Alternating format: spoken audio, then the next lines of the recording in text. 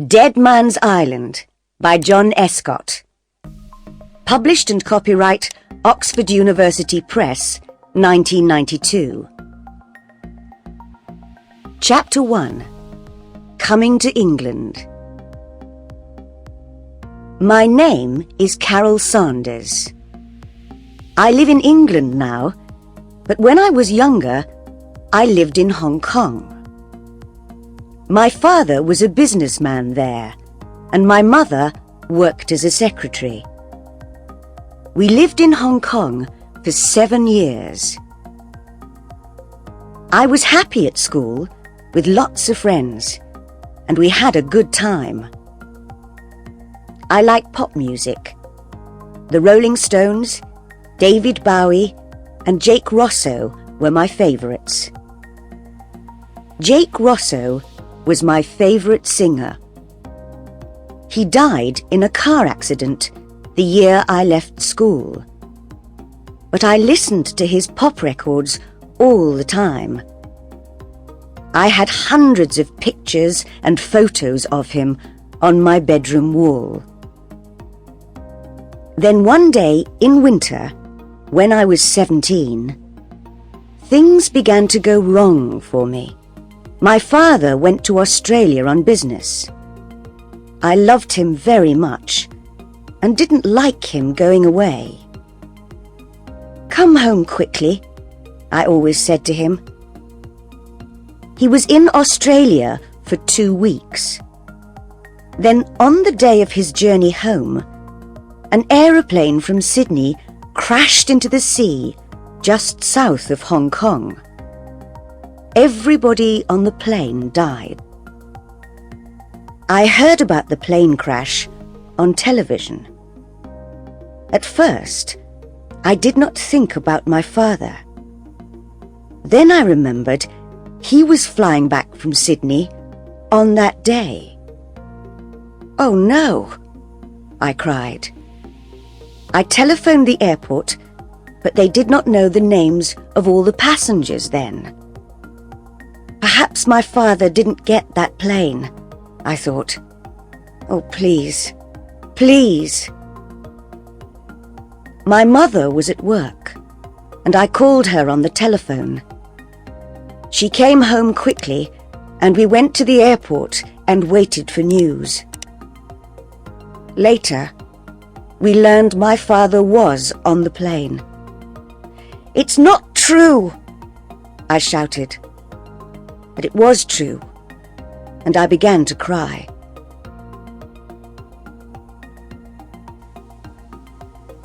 I cried for weeks and weeks.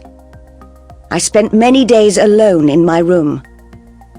I was lonely and sad, and I wanted to die too. I stopped going out with my friends. I didn't want to see other people. I stopped listening to Jake Rosso's records and took his pictures off my bedroom wall. I didn't listen to music or watch television. Nothing mattered anymore. Then I stopped crying. I stopped feeling sad and began to feel angry. Why did it happen to him? I asked my mother. Why do the best people die? Jake Rosso, my father. I don't know, Carol, my mother said. She was unhappy too. At the time of the plane crash, I was a student at college. I enjoyed the work and college life very much. But after my father's death, I stopped doing my work at the college. I began to go out with some new friends. They were different from my other friends, and my mother didn't like them. "They're bad people, Carol," she told me. "They do dangerous things." "They're exciting," I said, and I like them. I knew she was angry, but I didn't care. But then I learned my new friends took drugs, and I began to take drugs too. It was wrong and stupid. I know that now. But I was unhappy and angry. The police came to the college to arrest some of the students. They didn't arrest me, but I had to leave the college. It was a bad time. My mother was very unhappy with me. "What am I going to do with you, Carol?" she said. "I'm sorry," I told her. "We'll go back to England," she said. "You can find a college there. Perhaps you can be happier in England." "All right," I said. "I want to forget what's happened. I want to forget what I've done and begin a new life, be a new person." A month later, we came back to England. We lived in London, in a hotel. It was strange at first, with all the red buses and everybody speaking English. It was the beginning of the summer, 3 months before college began in the autumn. London was full of tourists. We looked at all the famous buildings, Buckingham Palace, the Tower of London, and we went to restaurants and theatres in the evenings. It was interesting and exciting, and I began to forget the bad times in Hong Kong. "I'm pleased we came to London," I told my mother. But after a few weeks, she said, "You need to find a college, Carol. You must go on studying. And I need a job." That evening, we looked in the newspapers. "What about this?" I said. I showed my mother a job in the newspaper. "Secretary for the summer months on a small private island in Scotland. Live with the family in a big house. Interesting work and good pay for the right person. Phone Greta Ross, telephone number 071. "Well, that sounds interesting," said my mother. "I'd like to work as a secretary on an island in Scotland. It's a beautiful country, Carol, and you can go to college there in the autumn." "And it's a place to live for the summer," I said. "Hotels are expensive." My mother telephoned Greta Ross. "Come and see me tomorrow," Greta Ross told her. "Come to the Savoy Hotel at 11 o'clock. I went to the Savoy Hotel with my mother. It was big and expensive, bigger than our hotel, and in the centre of London. Mum needs this job, I thought, and a private island in Scotland is a nice place to live. Perhaps I can forget what's happened if I go there. "Room 22, said the woman at the hotel desk. "Go on up. Mrs. Ross will see you now." Greta Ross was waiting for us. She was about 30 years old and very beautiful. She wore an expensive red dress, and her hair was very long and dark. "This is my daughter Carol," said my mother. "Hello, Carol," said Greta Ross. "Hello," I said. "Carol is 18 years old," said my mother. "Can she come with me if I get the job? Perhaps she can help in the house or in the gardens. She likes gardening. She's studying farming at college." "Perhaps," said Greta Ross. "There's a small farm on the island." "I'd like to work on the farm," I said. Greta Ross looked at my mother. "How long did you live in Hong Kong, Mrs. Sanders?" "7 years," answered my mother. "My husband died in a plane crash last year, so we've come back to live in England." "Where did you live before Hong Kong?" "We lived in India for 3 years." Then Greta Ross took my mother into a room and asked her more questions. I waited outside.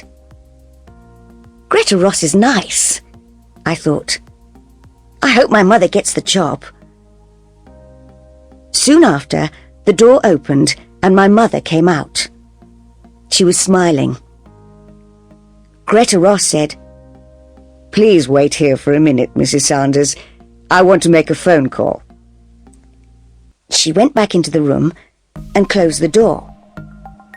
I was sitting on a chair near the door and I could just hear Greta Ross's voice speaking on the phone.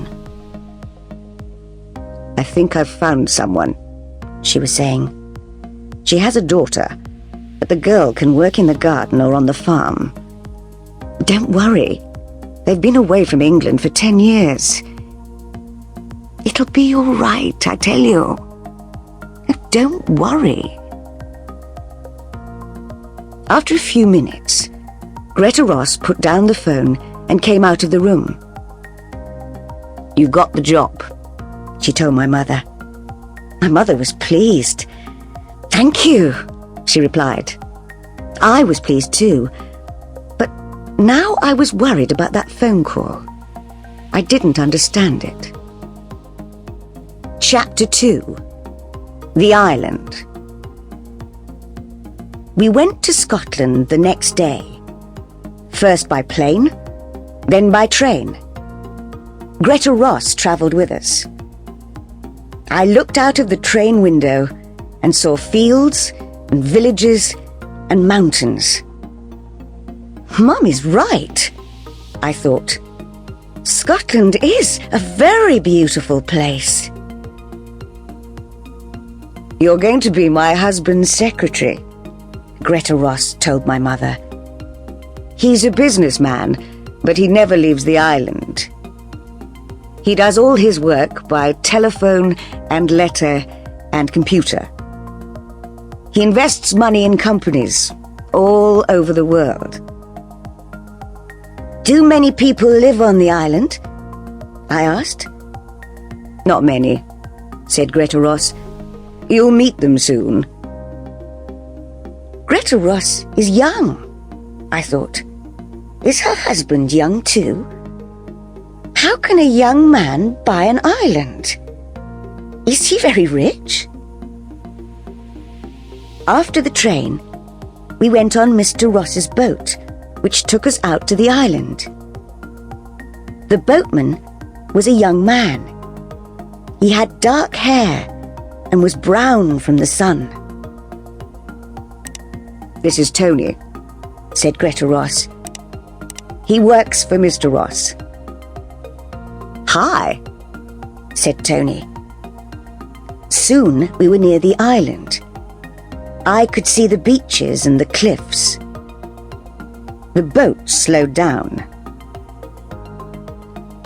"There are dangerous rocks round the island," explained Tony. "A lot of them are under the water and you can't see them. I have to be careful. But the rocks keep other boats away, and that pleases Mr. Ross." "Why?" I asked. Tony looked at Greta Ross, but she wasn't listening.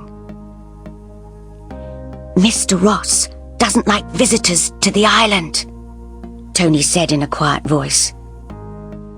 Then Greta Ross looked at us, and Tony said no more.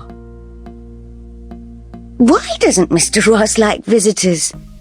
I thought. Has he something to hide? When we arrived on the island, my mother and I followed Greta up to the house. It was very big, and there were trees all around it. A woman was waiting inside the house. "This is Mrs. Duncan, Tony's mother," said Greta. "She's the housekeeper, and her husband is the gardener. Mrs. Duncan will take you up to your rooms. I'm going to tell Mr. Ross you've arrived." The housekeeper was a little woman with short hair. She went up the stairs, and my mother and I went after her. My room was next to my mother's. I looked out of the window and saw the gardens at the back of the house. A man was working in the garden near some trees. "Is that Mr. Duncan?" I thought. I looked between the trees and saw the sea. It's a beautiful house and a beautiful island. That evening, we had dinner with Mr. and Mrs. Duncan and Tony. We ate in the big kitchen. "What happened to Mr. Ross's last secretary?" asked my mother. "She's in hospital," replied Mrs. Duncan. "She's going to be away all summer." "Isn't Mrs. Ross lonely here?" I said. "No," said Mrs. Duncan. "She likes painting a lot. She has a room upstairs and goes there to paint. She's very good. Sometimes she goes to different places on the island to paint pictures." We finished eating our meal. Soon after, Greta Ross came into the kitchen. "Mr. Ross wants to see you and your daughter now, Mrs. Saunders," she said. "Follow me, please." We followed her through the house and into a big room. This was Mr. Ross's office, and he was sitting behind a desk. I was surprised. He was a young man, about 30. He had a moustache, short dark hair, and he wore glasses. Mr. Ross was speaking into the telephone. Who does he look like? I thought. Is it Tony Duncan? Mr. Ross is talking to a business friend in New York, said Greta. Please sit down. While we waited, I looked around the office. There were 3 telephones, a computer, and lots of books and papers. There was another door, and I could see a smaller room next to the office. There was a smaller desk and another computer in there. Mr. Ross finished speaking on the phone, then looked carefully at my mother and me. For a few seconds, he didn't speak and just watched us. Then he said, I'm pleased to meet you, Mrs. Saunders. I need some help with my work. My secretary is in hospital, and there's a lot of work to do. Sometimes you'll have to work late at night because of time differences in New York and Tokyo. Is that all right? Yes, that's all right, said my mother. Can you use a computer? Yes. Good. He looked at me. Is this your daughter? Yes, this is Carol, said my mother. Hello, I said. Greta says you like gardening. There's a big garden here, so you can help Mr. Duncan. And there's a farm. Dan and Stella Parks live in the farmhouse and work on the farm. You can help them too. We have some animals. Some sheep, a few cows, and chickens. And there's a horse called Smoke. He's grey, like his name. Can you ride? Yes, I said. I can ride a horse. You can ride Smoke around the island if you like. I'd like that, I said. Thank you. And we grow vegetables and fruit, he said. I work on the farm sometimes. I enjoy it." I smiled at him, but he didn't smile back. "Carol will enjoy working on the farm," said my mother. "Won't you, Carol?" "Yes," I said. Mr. Ross looks sad, I thought. But how did he get all his money? And why does he hide away on an island? Chapter 3. The Photograph. I worked in the garden for the first 2 days. The weather was hot and sunny. I liked working with Mr. Duncan, and he was pleased with my work. "You're a good gardener," he said. "I've always liked gardening," I said, "but I'm studying at college to be a farmer." Sometimes I saw Greta Ross. She likes to be alone, I thought. Once or twice, I saw Greta go out with her painting things. She went up on the hills or down to the beach. Mr. Duncan took me to the farm and I met Dan and Stella Parks. They were very friendly. "You can work on the farm for the next 3 days," said Dan Parks. "Mr. Duncan says you're a good gardener. Are you a good farmer too?" I smiled at him. "I am," I said. He smiled back. So I worked on the farm with Mr. and Mrs. Parks. They were nice people. I helped with the cows and the chickens and went up on the hills with Mr. Parks and his dog to look at the sheep. One afternoon, I went out riding. Smoke was a big, lazy, friendly horse. I enjoyed riding, and Smoke knew his way around the island very well. I learned new places to go to. I rode along the cliff top and then in between some trees. When we came out of the trees, I saw the house from the other side. I tried to find the window of my room. Which one was it? Suddenly, I saw a face at one of the windows. The face was looking at me. It was there for just a second or two, then it moved away quickly. Who was that? I thought.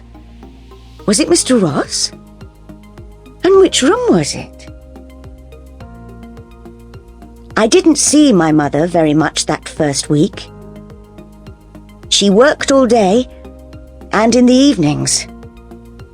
She wrote letters to South America, Japan, Canada, and Australia. Sometimes she worked after I was in bed.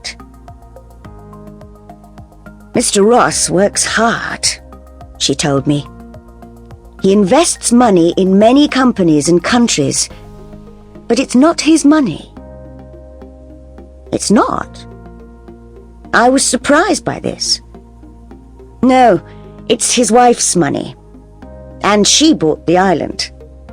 It's her island, her house, her farm. Everything belongs to her." How strange. But why does Mr. Ross always look sad? And why does he never leave the island? I asked. "I don't know," said my mother. "He says he likes it here and likes working on his farm. It's strange, I know."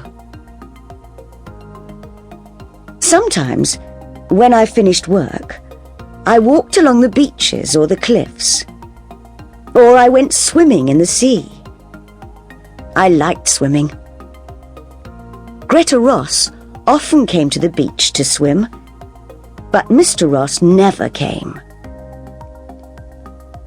"Stay away from the rocks, Carol," Greta Ross told me.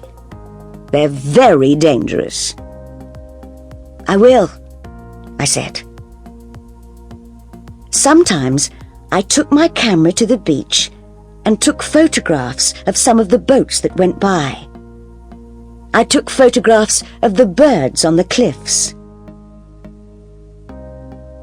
There were other small islands near our island, and boats with tourists stopped at them. But no boats stopped at our island. They kept away from the dangerous rocks. Tony was right. The island did not have visitors. One day, I was walking back to the house and had my camera with me. I stopped and looked at the big house. Mr. Duncan was working in the garden in front of it. At first, he didn't see me. "I'm going to take a photograph of the house," I thought. "The sun is in just the right place and it will make a good picture." I looked at the building through my camera and took the photograph. Mr. Ross was coming out of a door. He was in my picture too, and he looked angry. "It's all right," I thought. "It's still a good photograph." But Mr. Duncan was running across the grass.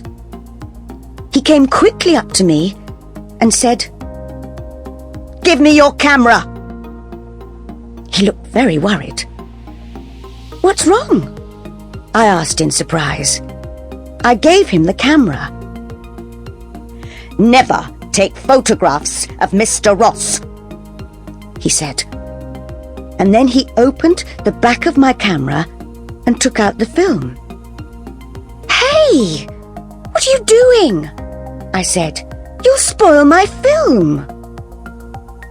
But he didn't stop. "Sorry," he said, and he put the film into his pocket. "But no pictures of Mr. Ross. He doesn't like people to take pictures of him." Mr. Ross was watching us. He saw the camera and he saw Mr. Duncan take out the film, but he said nothing. Then he turned and went back into the house. Later, I told my mother about Mr. Duncan and the camera. "He spoiled my film," I said. "I don't understand," she said. "Why did he do that?" "I don't know," I said. "But there's something strange about Mr. Ross." About a week later, I finished work early one day and came back to the house. My mother was working in her small room next to Mr. Ross's office. Mrs. Duncan was in the kitchen. Greta Ross was painting in her room upstairs. I went to my room and began reading a book. I was sitting beside the window. After half an hour, I got tired of reading. I looked out at the rain and the grey sea and the rocks between the trees. My book isn't very interesting, I thought. I got up and went out of my room. I walked along the passage and turned a corner. Then I saw the door at the end of the passage. There was a large plant in a plant pot outside the door. Where does that door go? I thought. I haven't seen it before. I remembered the face at the window in my first week on the island. Perhaps it's the door to that room, I thought. I walked along to the door and turned the handle. The door didn't move. It was locked. "What are you doing?" said a voice behind me. I turned round quickly and saw Greta Ross. She looked angry. "That room is private," she said. "I'm sorry," I said. "I didn't—" "Stay away from there," she told me. I told my mother about the locked door. "What's behind it?"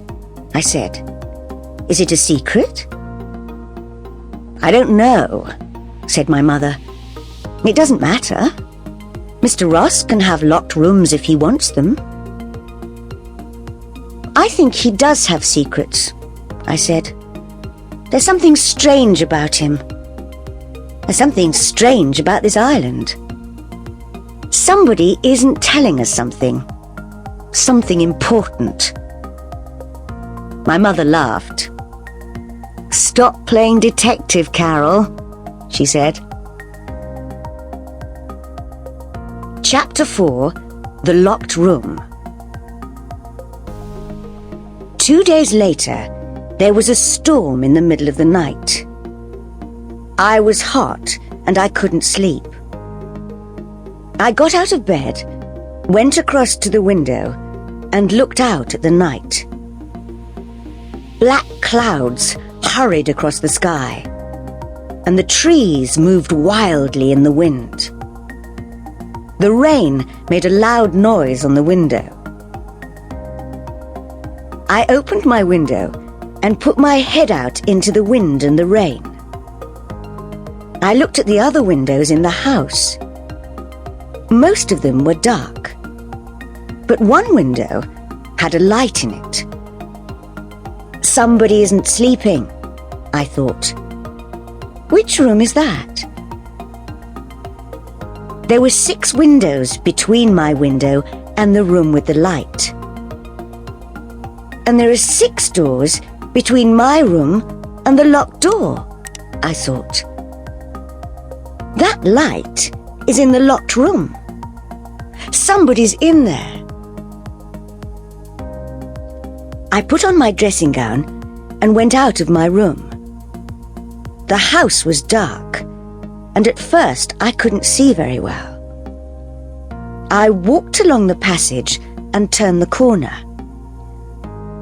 There it was, the locked room, and there was a light under the door. I went nearer and heard noises. Somebody's moving about in the locked room, I thought. Who is it? Then the light went off and the door opened. I was afraid to move. Somebody came out of the room and into the dark passage. Lightning suddenly lit up the house, and I saw who it was. It's Mr. Ross, I thought. What was he doing in that room in the middle of the night? I didn't move, and he didn't see me. He locked the door of the room carefully. He didn't put the key in his pocket, but hid it in the plant pot next to the door. He's coming along here, I thought. I must get back to my room. And I ran back along the passage. Mr. Ross heard me. "Who's that?" he called. I didn't answer, but ran into my room and closed the door. He came along the passage and stopped outside my door. Then he walked past and went on down the stairs. I took off my dressing gown and went back to bed. I was shaking because I was afraid. Now I know how to get into the locked room, I thought. But what's in there? There was no storm in the morning, but it was still raining. I got up early and worked on the farm. There were eggs from the chickens, and I put them in boxes. I helped to milk the cows and then took them out to the field. Later, I went back into the house for breakfast. "Did you sleep all right last night?" asked Mrs. Duncan. "Or did the storm wake you up?" "I slept all right," I said. I didn't want to tell her about the light in the locked room or about Mr. Ross. After breakfast, I went back upstairs. Mr. Ross was talking on the telephone in his office. My mother was working at her desk. I knew that Mrs. Duncan was in the kitchen and that Mr. Duncan was working in the garden. "Where's Mrs. Ross?" I thought. Then I looked out of the window and saw her with Tony Duncan. They were walking to the boat. "He's taking her out in the boat," I thought. "Perhaps she's going to Edinburgh." The boat moved away from the island, and I waited until it was out at sea. Then I opened the door of my room. There was nobody in the passage, and I ran along to the locked room. The key was still in the plant pot, and I took it out. My hand was shaking. Then I unlocked the door. Chapter 5. A Dead Man. I went into the room, and I was very surprised. The room was full of strange things. Coloured shirts and suits. 3 guitars. And there were posters and photographs on the wall. I looked at the posters. Jake Rosso's face looked down at me. I looked at the dead Jake Rosso's picture, and I remembered all the photographs on the walls of my room in Hong Kong. I could never forget that face, the face of my favourite singer. Then, while I looked at his face, something strange happened. I began to see another face in the posters. An older face, and with a moustache, but the same face. I saw the face of Mr. Ross. "No," I said, "it's not true." But it was. I knew it was. Mr. Ross is Jake Rosso. "No," said a voice behind me. I turned round and saw Mr. Ross. He was standing in the doorway. He looked afraid. "I don't believe you," I said. "You have to believe me." I looked at the posters. "Who is that, if it's not you?" "It's Jake Rosso. He was my brother." "That's not true," I shouted. "I don't believe you. Listen, Jake Rosso was my favourite singer. I had hundreds of photos of him. I still have all his records. I loved him. Do you understand? Thousands of people loved him." "He's dead," Mr. Ross said quietly. "No!" I shouted. "You're Jake Rosso. You look different now, yes. You've got short hair. You've got a moustache now, and you wear glasses. But you're Jake Rosso. You were my favourite pop star, so I know." Mr. Ross said nothing and watched my face. He doesn't know what to do, I thought. He knows I don't believe him, and he's afraid. Then he said, "It was you in the passage last night, wasn't it?" "Yes," I answered. He looked angry. "I was wrong to give your mother a job," he said. I thought it was okay because you came from Hong Kong, and I needed help with my work. I needed a good secretary. Does your other secretary know who you are? I asked. Do the other people on the island know? Mr. Ross didn't answer, but walked across to the window. He was thinking. What's he going to do? I thought. Then he turned round. Okay, you're right. I am Jake Rosso. I knew it! He looked worried and unhappy. Can you keep a secret? A very important secret. I thought for a minute, then I said, yes, I can keep a secret. Then he told me. The other people on this island are my family. Your family? I said. Yes. My real name is James Duncan, and Mr. and Mrs. Duncan are my father and mother. Tony is my younger brother, and his wife Lisa is my secretary. It's she who's in hospital. And Dan and Stella Parks? I asked. My mother's sister and her husband, he said. But what are you doing here on this island? I don't understand. I'll tell you, he said. He sat down on a chair and took a guitar in his hands, but he didn't play it. You were right. I was a famous pop star. I was very rich, and I had a beautiful wife. But things went wrong. How? I took drugs, he said. I drank a lot of alcohol. I got drunk and crashed cars. I did stupid, terrible things. I knew it was wrong, but I couldn't stop doing it. I was crazy for a time.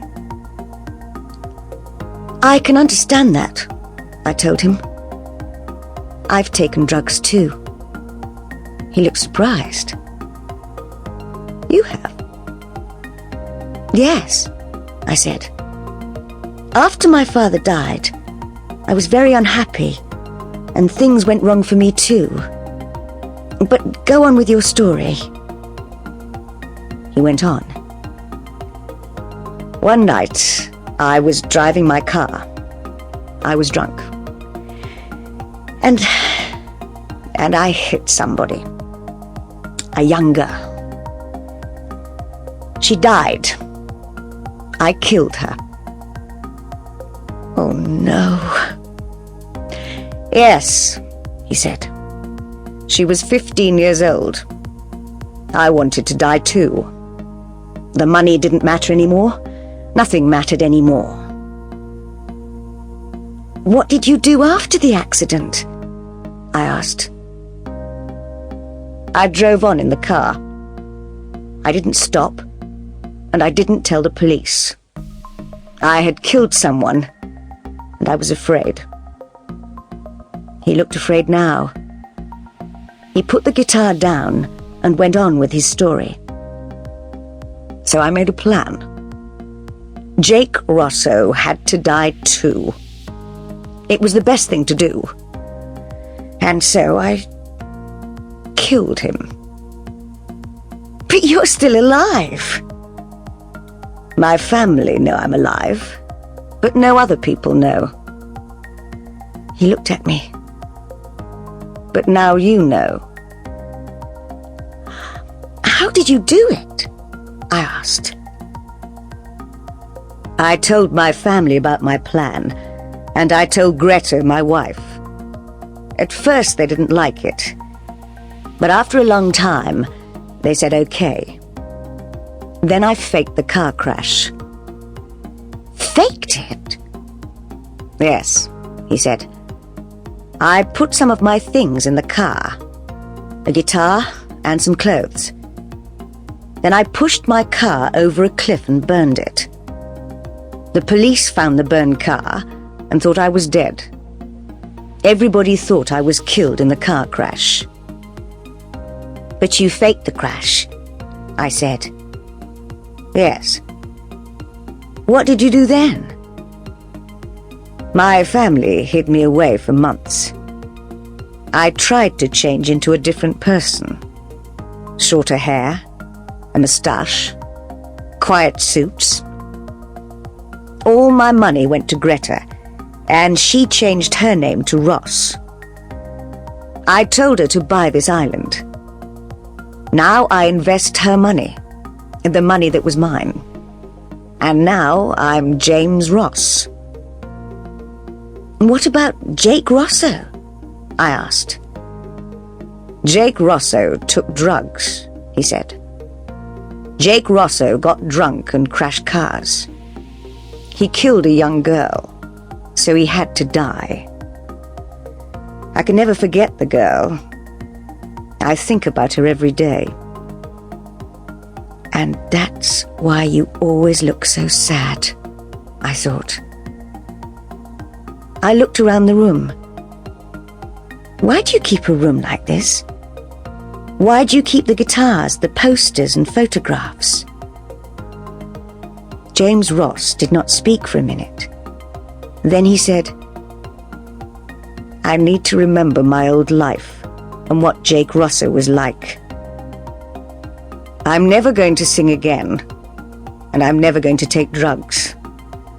But I need this room to remember." I looked at the posters and the photographs, and I looked at his sad face. "I'm not going to say anything. I won't tell my mother. I won't tell anybody." James Ross looked at me. "I think you understand," he said. "I do," I said. "I've done bad things. I want to forget them too. I needed to get away, to hide too. That's why we came to England, to begin a new life. Yes, I understand." He took my hand, and we walked out of the room and closed the door. I never went into the room again, and I didn't tell anybody. My mother and I left the island at the end of the summer. Soon after, I went to college. My life is better now. I work on a farm in England, and my mother works in an office. My mother doesn't worry about me because I'm happier now. I haven't been back to the island, but I know there's a dead man living there.